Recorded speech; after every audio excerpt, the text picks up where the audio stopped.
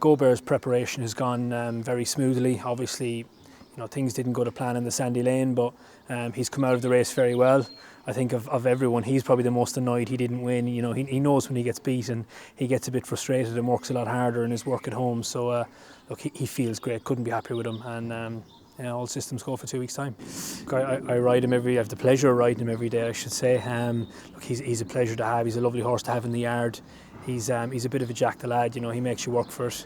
Tacking him up is probably the hardest thing to do every morning, but look, I know what he's like, and I know his tricks and his quirks. So no, look, he's a lovely horse to have in the yard, and he's a superstar for us all. Gober's Go, we obviously bought at the Craven Breeze up in Tattersalls last year. He was the first horse we trained for Ammo Racing, and Peter Wani, who owns 50%, loved him from the minute we saw him. Everything about him just moved in the right direction, and it's what you want to see in a horse, especially in a sprinter.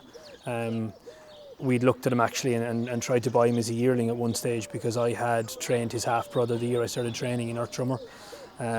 So yeah, we loved him from day one, and we luckily got him, and Ammo Racing and Mr. Wani were very lucky to allow us to train him, and we got him home, and from the minute he arrived into the yard I loved him.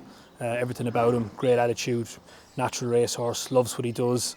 He was very impressive first time out in Ascot. He was very unlucky in Royal Ascot in the Norfolk. He was ultra impressive. We then obviously to back him up a week later and go to the railway and win the way he did was a super performance. He was good in the Phoenix, and look, he's just had he danced every dance last year, never missed a beat. The only downfall to last year was I probably shouldn't have ran him in the Dewhurst. It looked like the route to go at the time, but hindsight's a great thing.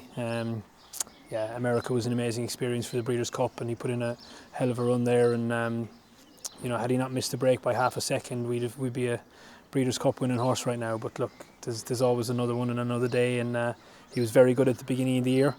We were delighted with him in the Commonwealth Cup trial. He's obviously 2 from 3 in Ascot now. Look, he'd every excuse the other day in Haydock. He just wheel spin coming out and went down on his nose, and Rossa was lucky to stay on him. He flew home from where he was, and we'll hopefully have our redemption in Royal Ascot in the Commonwealth Cup. So all roads lead to Royal Ascot. Royal Ascot last year with Gober's was, look, I'd be lying if I said it wasn't heartbreaking at the time. I went in there thinking we were the best horse. I walked out thinking we were the best horse. I know Perfect Power went on to be a very good horse and not taking anything away from him, but on the day, if something came our way and came up the right side with us, I still think we'd have won. It probably didn't help that the cameraman on the day followed him straight after the race and not Perfect Power.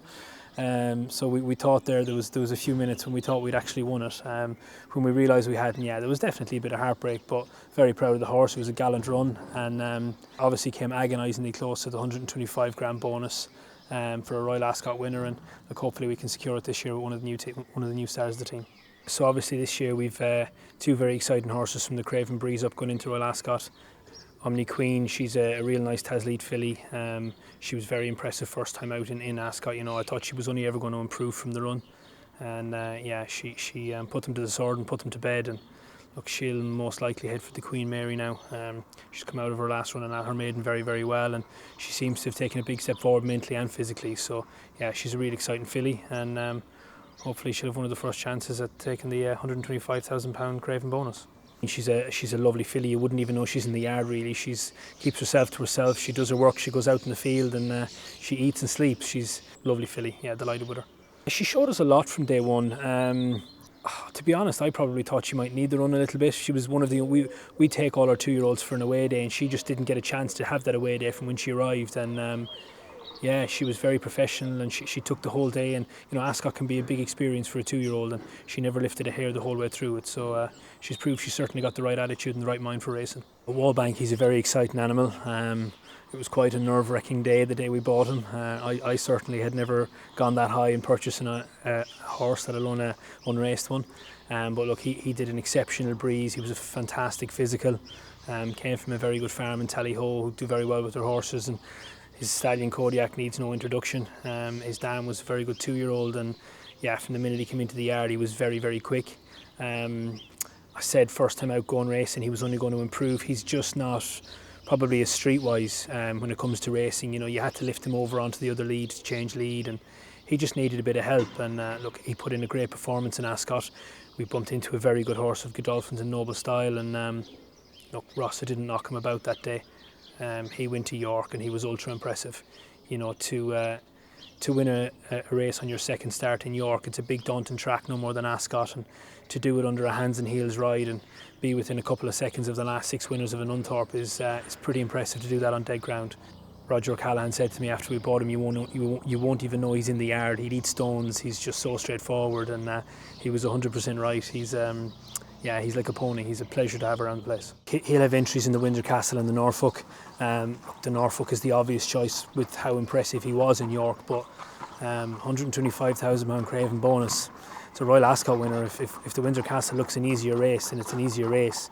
There's no such thing as an easy race in Royal Ascot, but he's certainly got a lot of speed and it could play into his strengths. I'd obviously work very closely with Micheál Orlandi of Compass Equine.